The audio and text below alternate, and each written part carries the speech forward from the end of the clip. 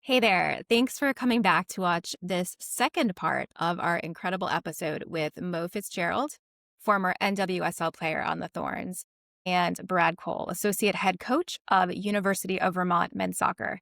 There was just so much good stuff in our conversation with them that we had to split it up into 2 episodes. So here we go. Enjoy our very special bonus episode that gets a little bit more into the motivation and encouragement for young athletes as they navigate the challenges that come with trying to pursue elite sports careers. Enjoy the episode, all. So you've both seen these tremendous transformations, both in Portland, in Vermont, even in your own lives and how you relate to this sport. There are so many young athletes coming up right now. Do you have advice for them as they make their way, hopefully, into higher levels of the game? How do they stay grounded? How do they connect back to their communities and continue this trajectory of really making sport this integral piece of where they live and who they are? It's a good question. I mean, for me, I'm going to have a very different answer than Mo. She's going to have a big picture one. I'm very Coach Cole here. I think that a lot of young kids probably watching television, they're on Instagram, they're on TikTok, and they see a certain perception of what athletics is. Being a high-level athlete is a very blue-collar job in the nuts and bolts of what you're doing. It's very competitive, it's very hard work, and it's all about outworking people around you. There's the glory you see is only a very, very small fraction of it. Most of the top athletes or general athletes are going to be people who have incredible heartbreak, adversity, tough moments, and the resiliency to overcome those and really push your body to the ultimate max you can. And having that blue collar mindset is what gets you there, not chasing that end goal of fame, fortune, and people glorifying you. So I think if you have the right process of being a hardworking person and whatever process day to day, minute to minute works for you to get the best out of yourself, that's what's going to lead to the outcomes that you might see and that you're chasing. But ultimately, it's about having a really blue collar mindset about it and working really hard. And I think ultimately, the majority of the time, young people find their fit in a sense, in terms of if you're a certain age, the amount of training you put in is gonna self-select where you end. And if you overtrain and burn out, that's a sign that maybe you're not supposed to be at that level, and that's okay. And you need to just get a comfortable amount of that work and that blue collar mindset that you can sustain for a long time. And that kind of mentality is what ends up kind of selecting where you end up. And there's nothing wrong with any division or any team or any level of playing time or any success, just as long as you're comfortable with what you're doing and always pushing a little bit, but not being someone you're not.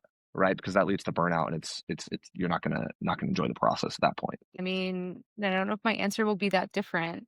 I was a player who really struggled as a youth player and then in college and even in the pros to do I belong? And I think there's a lot of pressure, especially if you're a high performing athlete, to have the top fit or being at that top school or having the scholarship, so that you can honestly show your peers that you're good, and you can show your parents and your community and have that validation. The minute that you can let go of that and look holistically at the college process, I think that is honestly probably the best advice I could give someone. To Brad's point, college sports and professional sports, elite sports, they're actually not that sexy. And when you get in the day to day, it's really, really hard. So if you don't have a good school fit, or you don't like the coach, or you don't like the town you're in, which I've experienced, I started at Boise State and ended up transferring, then you're just kind of left. But I was focusing on the wrong things, right? So I would just tell players to really think holistically about their lives, because past a certain age, and now I'm there and Brad's there and our friends are there,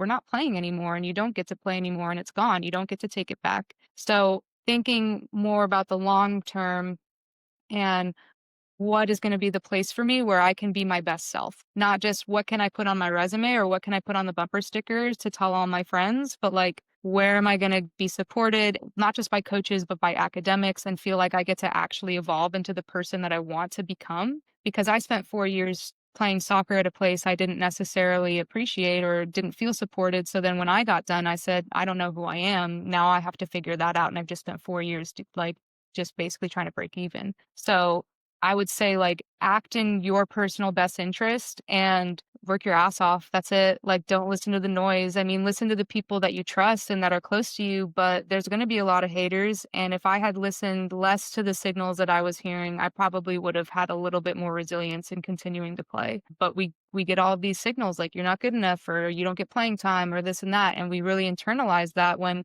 the true mentality is like, I don't give a shit. Like, I know I'm going to be good. I put in the work and this is my goal and I'm going to get there. So I think it's a little bit of both, but I would really, really encourage people to take off that like D1 or bust mentality, keeping up with the Joneses, and just what is actually the right holistic fit for me as a human, not just as a player. I'm going to have my daughter listen to a lot of this afterwards.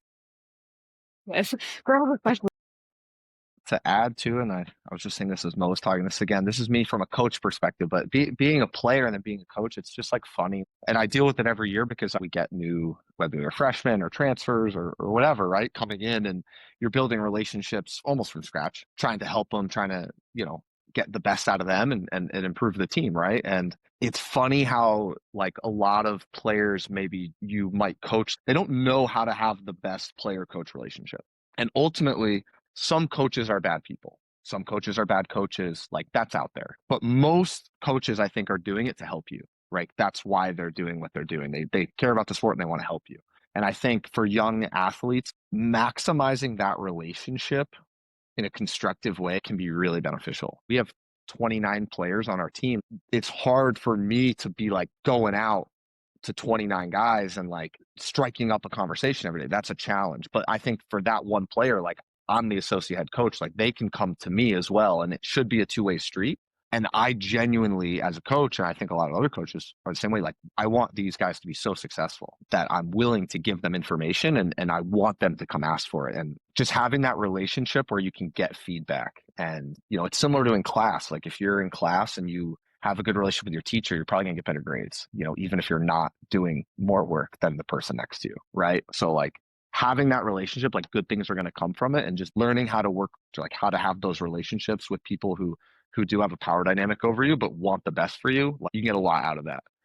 And you can maximize yourself as a person, but also as a player if you kind of learn how to navigate that at an early age. All such good advice. It's so refreshing now to hear the amount of folks that share both of your advice for young athletes right now. This like, work your ass off. Don't worry about that big myth of like get a D1 scholarship. That's the only goal. We're hearing that so much. Greg Olson with You Think, like just trumpeting this, and Pure Athlete podcast just trumpeting this of, get out there, have a passion for it, have fun, like enjoy it, right? Like, because Mo, to your point, eventually it's gone, right? And you have this window. And I think, part of what we are seeing and what we're so excited about is this shift of, and this goes into how community programs are being implemented with the professional teams, is sports is the vehicle, not the end goal. And we're really excited to be a part of helping tell that story. And we're so appreciative of both of your points of view, because